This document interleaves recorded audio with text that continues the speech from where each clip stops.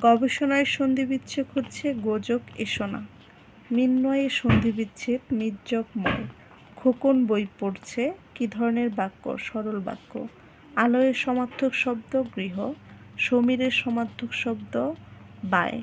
কাপুরে বাবুয়ের অর্থ বাহ্যিক সভ্য। গদাই লস্করি চালের অর্থ আলসেমি। এ বাড়িতে কেউ নেই কোন কারকের কোন বিভক্তি? অধিকরণের সপ্তমী।